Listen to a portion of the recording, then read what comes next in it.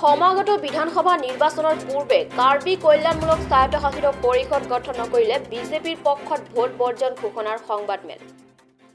কাৰ্বি ৰাজ্যৰ বহু প্ৰত্যাশিত প্ৰস্তাৱিত কাৰ্বি কল্যাণমূলক স্বায়ত্তশাসিত পৰিষদ গঠনৰ প্ৰক্ৰিয়া হৈ পৰিল এতিয়া বেবেৰিবাং।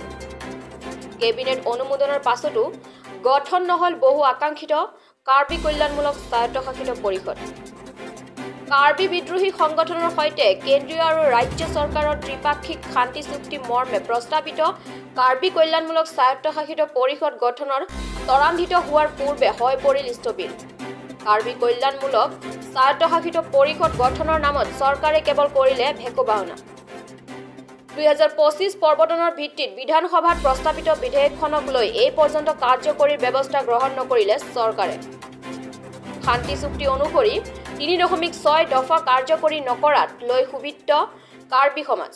চৰকাৰে কেবিনেট অনুমোদনৰ নামতে সমস্ত প্ৰক্ৰিয়া কৰিলে স্থবিৰ, যাৰ ফলত কাৰ্বি কল্যাণমূলক স্বায়ত্তশাসিত পৰিষদৰ পৰা পাবলগীয়া সুবিধাখিনিৰ পৰা বঞ্চিত হৈ ৰল কামৰূপ মেট্ৰ', নগাঁও, মৰিগাঁও আৰু বিশ্বনাথৰ লগতে কেইবাখনো জিলাৰ সহজ সৰল কাৰ্বিসকল।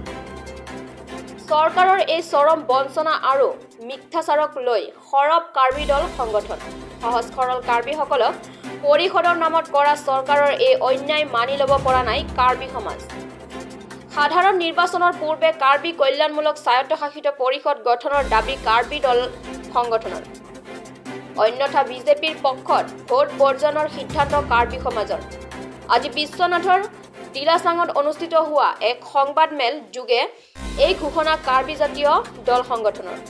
বিশ্বনাথৰ পৰা ৰমেশ চন্দ্ৰ চৰেণৰ ৰিপৰ্ট JN কেৰিং। জনাৰ উদ্দেশ্যটো হ'ল আমাৰ যোৱা 2021 চনত 6 সহস্ৰ সংগঠন কাৰ্বি সংগঠনৰ 6 সংগঠনৰ সৈতে অসম আৰু ভাৰত চৰকাৰৰ মাজত শান্তি চুক্তি হৈছিলে।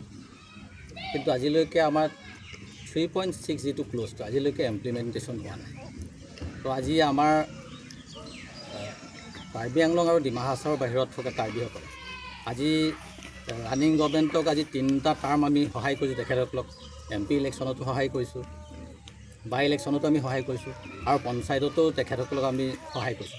কিন্তু আজিলৈকে আমাৰ কাৰ্বিসকলৰ যিটো দাবী, আজিলৈকে বৰ্তমানৰ যিখন চৰকাৰ আজিলৈকে আমাৰ দাবী পূৰণ নকৰিলে।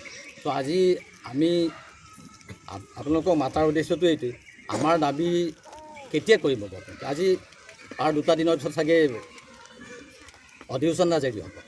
আমি দাবী জনাইছোঁ আমাৰ মুখ্যমন্ত্ৰী আৰু কাৰ্বি আংলং সাহিত্য পৰিষদৰ মুখ্য কাৰ্যবাহী সদস্য তুলিৰাম ৰংহানদেৱকো আমাৰ দাবী যাতে অতি সোনকালে পূৰণ কৰে আৰু অধিসূচনা জাৰি কৰাৰ আগতে যাতে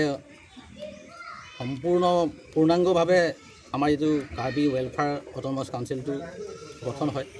আমাৰ কাৰ্বি জাতীয় সংগঠনো আমাৰ কাৰ্বি ৰাইজৰ হৈ আজি এই প্ৰেছ মিটটো দিছোঁ। যোৱা 2021 চনত যিটো ভাৰত চৰকাৰ আৰু অসম চৰকাৰে 6টা আমাৰ বিদ্ৰোহী সংগঠন তেখেতসকলৰ লগত চুক্তি স্বাক্ষৰ মৰ্মে যিটো আমাৰ 3.6 দফাটো অতি সোনকালে আমাৰ পূৰ্ণাংগ আমাৰ স্বায়ত্ত পৰিষদটো সোনকালে গঠন কৰি দিম বুলি তেখেতে যিটো কথা দিছিলে, সেইটো আজি তাৰিখলৈকে নোহোৱাত আমি কাৰ্বি ৰাইজৰ হৈ আৰু আমাৰ কাৰ্বি জাতীয় সংগঠন হৈ আমি বহুত ক্ষুব্ধ হৈছোঁ। আৰু আমাক ইমান বাৰম্বাৰ প্ৰতাৰণা দি থকাটো আমি ধৈৰ্যৰ সীমা হেৰাই যোৱা নিচিনা হৈছে।